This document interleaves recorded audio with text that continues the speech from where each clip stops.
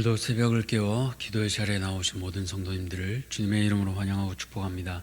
살아계신 하나님 감사합니다. 11월의 마지막을 보내고 있습니다. 이제 이 한 해도 저물어감을 느끼고 있습니다. 살아계신 하나님, 한 해를 돌아볼 때 하나님 앞에 부끄럽고 죄송한 마음뿐입니다.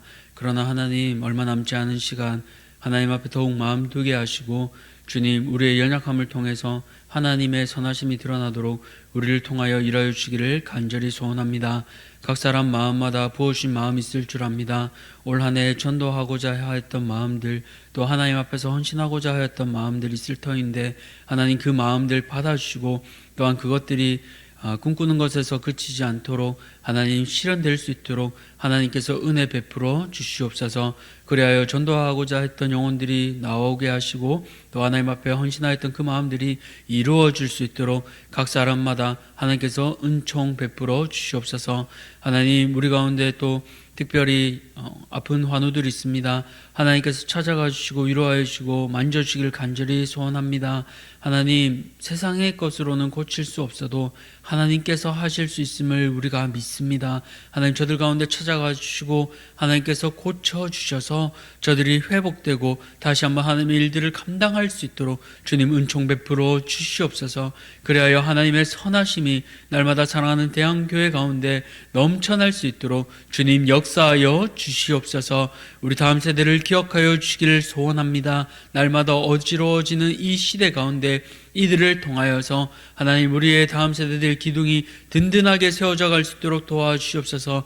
이 일을 감당하는 사랑하는 교사들과 교육자들을 위해 함께하여 주시고 내년에도 사랑하는 자녀들을 더욱 사랑으로 양육할 수 있도록 하나님 은혜 더하여 주시옵소서. 사랑하는 담임 목사님 붙잡아 주시기를 원합니다. 기도하는 가운데 내년 사역들을 준비하고 계십니다. 하나님께서 말씀하여 주시고 하나님께서 은혜 베풀어 주셔서 내년 사역들도 하나님 은혜 가운데 잘 감당할 수 있도록 도와주시옵소서. 그러나 그것은 혼자 할 수 없습니다. 사역을 감당해야 할 성도들이 함께 해야 합니다. 느헤미야가 성벽을 지을 때 모든 자들이 함께 달라붙어 이 성벽을 재건하였던 것처럼 하나님, 내년에도 이 영적 성벽을 함께 지어져 갈 수 있는 하나님 성도들을 함께 붙여주시고 이 일에 감당할 수 있는 자들을 하나님께서 더하여 주시옵소서. 그리하여 사랑하는 우리 대한교회가 영적으로 내년에는 더욱더 튼튼히 견고히 세워져 줄 수 있도록 하나님 은혜 베풀어 주시옵소서. 이제 주의 말씀을 듣습니다. 말씀을 듣는 가운데 은혜 더하여 주시고 말씀 앞에 순복하는 은혜도 함께하여 주시옵소서.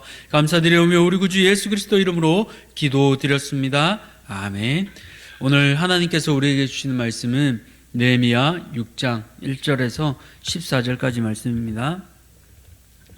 느헤미야 6장 1절에서 14절까지 말씀, 구약 성경 734쪽입니다. 느헤미야 6장 1절에서 14절까지 말씀, 우리 다 찾으셨으면 함께 교독하도록 하겠습니다.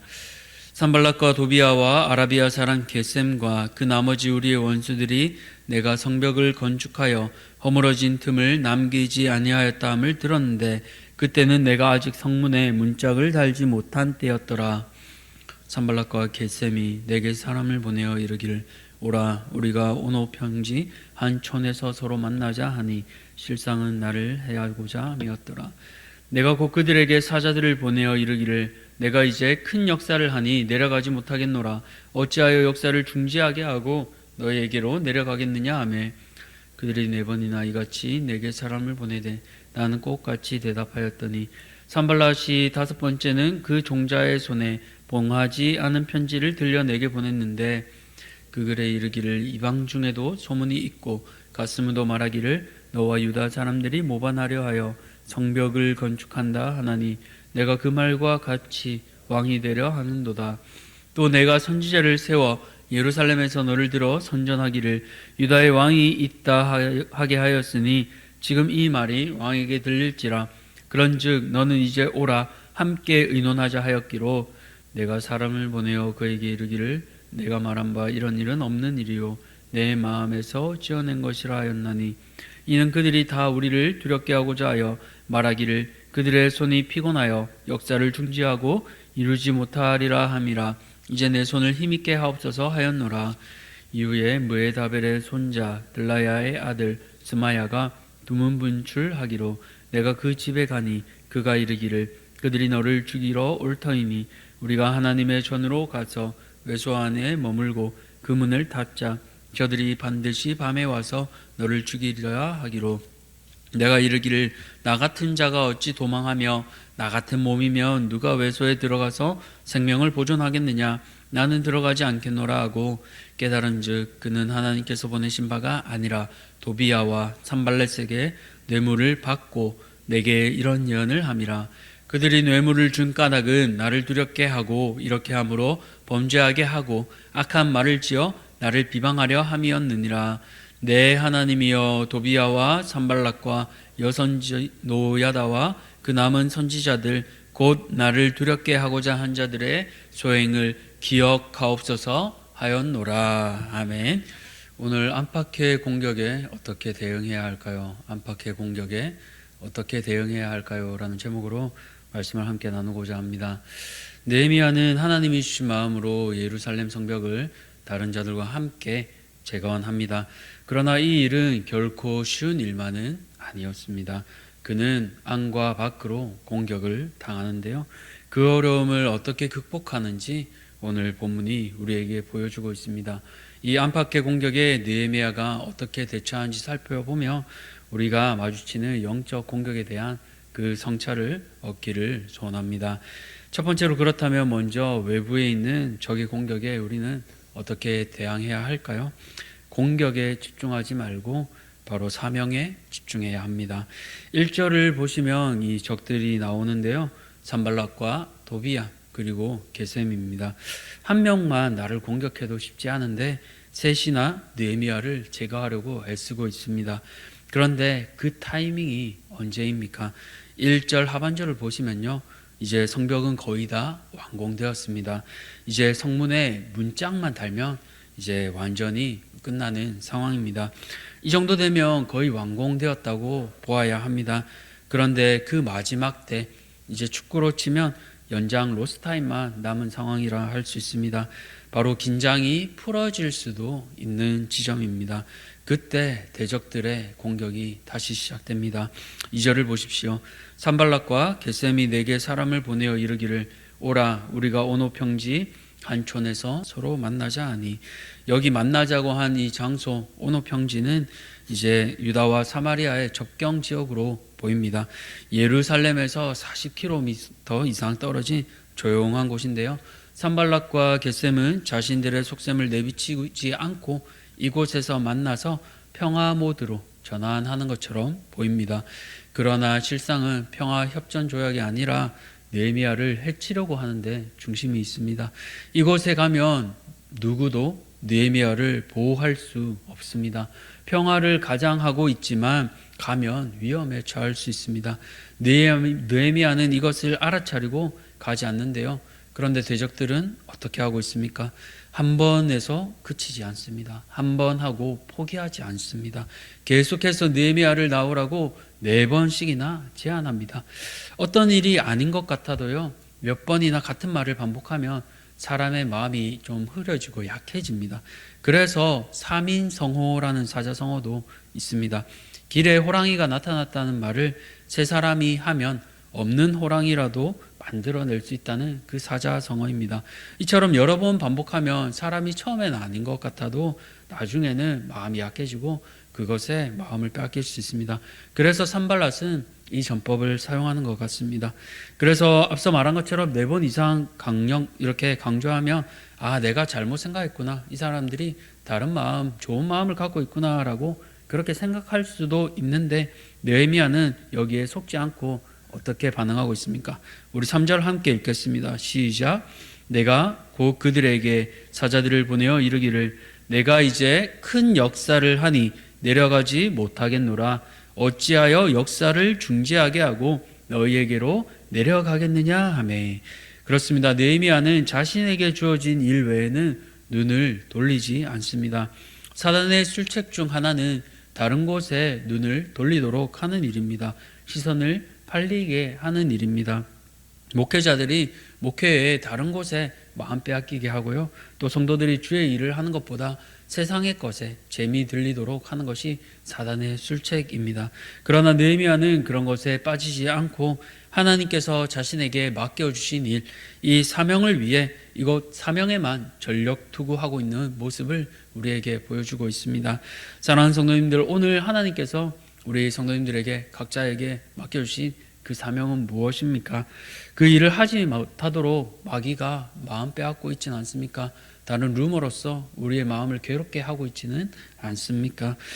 사명을 위해, 하나님을 위해 느헤미야처럼 오직 사명에 집중하시고 전력 투구할 수 있는 우리 모든 성도님들 되시기를 축복합니다.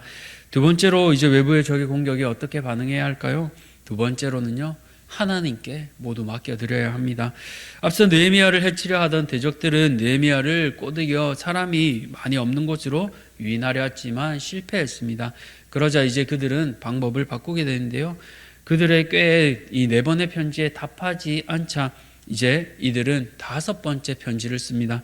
그런데 5번째 편지는 봉하지 않은 편지를 들려보냅니다. 오늘날도 그렇지만요, 편지를 보낼 때 보통은 우리가 어떻게 합니까? 이 편지에 우표를 붙이고 봉해서 그 내용을 다른 사람들이 보지 못하도록 하는 것이 일반적입니다. 그러나 지금 대적들은 다른 방법을 쓰고 있는데요, 보통 사람이 있어도 이렇게 다 내용들을 봉하는데 높은 관리인 느헤미야에게 쓰는데 왜 이처럼 봉하지 않을까요? 그것은 바로 루머를 만들기 위해서였습니다. 나쁜 소문을 만들기 위해서였습니다. 이 내용은 6절에 나오는 것처럼 느헤미야가 성벽 건축하는 이유가 다른 이유가 아니라 자신이 왕이 되려 한다라는 그런 루머를 만들기 위한 내용입니다. 이 말을 편지를 봉하지 않았기 때문에 전하는 사람이 볼 수 있고요. 그러면 그 사람이 또 다른 사람에게 전하고, 그러면 이 소문이 꼬리에 꼬리를 물게 되어 사실이 아니지만 삽시간에 이것이 사실처럼 말이 퍼지게 될 것입니다. 사실이 아님에도 불구하고 이러한 소문이 페르시아 왕에게 들어가게 된다면 느헤미야는 다시 해명하기 위해 본국으로 소환되게 될 수도 있습니다. 그렇기에 가급적 느헤미야는 이 누명을 풀어야만 하게 되는 상황입니다. 그런 느헤미야의 심리를 치밀하게 계산해서 대적들은 7절 끝에 이렇게 쓰고 있습니다. 7절을 보시면 그런즉 너는 이제 오라 함께 의논하자라고 하고 있습니다. 우리 같으면 어떻게 했을까요? 어떻게든 누명을 풀어야겠다, 이렇게 만나서 내 결백을 주장해야겠다, 그런 마음도 들지 않겠습니까? 그런데 느헤미야는 그렇게 하지 않습니다. 딱 잘라서 말합니다. 8절을 보십시오. 내가 사람을 보내어 그에게 이르기를 내가 말한 바 이런 일은 없는 일이요 내 마음에서 지어낸 것이라 하였나니. 이처럼 느헤미야는 딱 잘라 말하고 더 이상 반응하지 않습니다. 이 일을 그냥 하나님께 맡겨드립니다. 저들이 어떤 일을 하는지 하나님께 후반절을 보면 말씀드리고 있습니다. 왜 그랬을까요? 이 느헤미야는 성벽을 짓는 일을 처음 시작할 때부터 하나님께서 함께 동행하심을 경험했기 때문입니다. 하나님께 기도할 때 하나님께서 왕을 통해 조서를 내려주셨고 필요한 모든 자재들을 공급하시도록 허락하는 그 일을 경험했습니다. 자신의 힘이 아니라 다른 사람에게 의지할 것이 아니라 오직 하나님께 기도할 때 하나님께서 역사하심을 느헤미야는 직접 온몸으로 경험한 사람입니다. 사랑하는 성도님들, 오늘 우리가요, 주의 일을 하다가 억울한 말을 들을 수 있습니다. 내가 의도치 않은 상황에서 그런 상황에 처할 수도 있습니다. 그럴 때 하나님께 맡겨드리기 바랍니다. 나를 사랑하시는 하나님, 우리의 재판장 되시는 하나님께서 이 일을 모두 기억하고 계십니다. 그렇기에 우리의 손을 피곤케 하고 무너지게 만들려는 대적 앞에 우리의 손을 강하게 하실 그 하나님을 의지하며 그분 앞에 모든 일을 맡겨드리는 우리 모든 성도님들 되시기를 축복합니다. 이제 마지막으로 적의 공격, 내부의 공격에 우리는 어떻게 반응해야 할까요? 분별하여 판단하는 지혜가 필요합니다. 앞서 외부의 적이 어떻게 공격하는지를 살펴보았습니다. 이제는 외부만 아니라 안의 적, 즉 내부의 적이 등장하는데요. 이제는 무에다벨의 손자 들라야의 아들 스마야가 보이지 않습니다. 이 스마야에 대해서는 본문 말고 따로 언급되고 있지 않습니다. 다만 그의 이름이 할아버지부터 아버지까지 적힌 것을 볼 때 그 가문이 나름 위치가 있었다고 생각해 볼 수 있습니다. 그런 가문이니까 아마 포로 귀환민 중에 중요한 위치에 있었다고 볼 수도 있겠습니다. 무엇보다 그런 스마야는 성전 성소까지 들어갈 수 있는 사람임을 생각한다면 아마 제사장이 아니었을까 추정됩니다. 어쨌든 이 중요한 인물이 보이지 않으니 느헤미야의 마음이 애가 탔습니다. 그래서 신방하러 이스마야를 찾아갑니다. 그러자 갑자기 두문불출하던 이스마야가 이런 메시지를 던집니다. 대적들이 느헤미야 당신을 죽이려고 합니다. 그러니 어서 하나님의 전이 외소로 도망갑시다. 거기라면 밤에 누가 오더라도 당신을 죽이려고 해도 생명을 구할 수 있습니다. 라고 이렇게 말하고 있습니다. 이 말만 들으면 스마야가 느헤미야를 참으로 귀하게 여기고 아낀다고 생각할 수 있습니다. 그러나 사실 이것은 함정입니다. 왜 그렇습니까? 외소는 아무나 들어갈 수 없습니다. 제사장만 들어갈 수 있는 장소입니다. 제사장 외에 아무도 들어갈 수 없는데 만약 느헤미야가 목숨을 구하려고 이곳으로 들어가게 된다면 이것은 오히려 느헤미야에게 큰 타격이 될 것입니다. 백성들의 신뢰를 잃어버리게 되는 일이 될 것입니다. 그것을 대적들은 노린 겁니다. 그러나 느헤미야는 감사하게도 12절을 통해서 하나님께서 분별하는 지혜를 주시고 이것을 스마야가 뇌물을 받고 한 일임을 깨닫게 됩니다. 그런데 안타깝게도요, 내부의 적이 이스마야 한 사람만 있었던 것은 아닌 것 같습니다. 14절에 이 느헤미야가 하나님께 기도할 때 보시면 여선지 노야다와 그 남은 선지자들, 여전히 유다 내부에도 산발락과 도비아에게 매수되었던 자들이 무리로 많이 있었던 것을 볼 수 있게 됩니다. 이런 상황 가운데 어떻게 해야 될까요? 느헤미야는 다시 하나님께 기도합니다. 우리 14절 말씀을 우리 함께 읽겠습니다. 시작. 내 하나님이여, 도비아와 산발락과 여선지 노아야다와 그 남은 선지자들 곧 나를 두렵게 하고자 한 자들의 소행을 기억하옵소서 하였노라. 아멘. 그렇습니다. 내 하나님이여 기억하옵소서. 대적들의 만행을 하나님께 맡겨드린 것을 볼 수 있습니다. 그들과 일일이 시비하지 않고요, 느헤미야는 재판장 되시는 하나님께 맡겨드림으로 그는 다시 자신의 일에 집중합니다. 그래서 이 결과 15절을 보시면 성벽 역사가 52일 만에 완공됨을 맛보게 됩니다. 사랑하는 성도님들, 주의 일을 하다 보면요, 밖에 적만 있지는 않습니다. 안타깝게도 내부에도 적이 있음을 깨닫게 됩니다. 그럴 때 일일이 시비하시지 마시기 바랍니다. 하나님 앞으로 나오시기 바랍니다. 성경의 인물들은 항상 어려움이 있을 때 하나님께 구하고 하나님께 위로받았습니다. 우리의 재판장 되시는 하나님께서 다 아시고 갚아주실 것입니다. 그렇기에 우리의 모든 어려움을 오늘도 기도로 하나님께 맡겨드리는 우리 모든 성도님들 되시기를 축복합니다. 말씀을 맺겠습니다. 우리가 하나님의 일을 할 때 결코 평탄하지만은 않습니다. 안과 밖에 공격이 우리를 향해 나올 때도 있습니다. 그럴 때 주님께 나아가시기 바랍니다. 주님께 맡기시기 바랍니다. 그럴 때 우리의 아버지 되시는 하나님께서 행해 주실 것입니다. 그 하나님을 기억하며 오늘도 우리에게 맡겨주신 사명을 위해 믿음의 한 걸음을 내디디시는 우리 모든 성도님들 되시기를 축복합니다. 기도하겠습니다. 살아계신 하나님 감사합니다.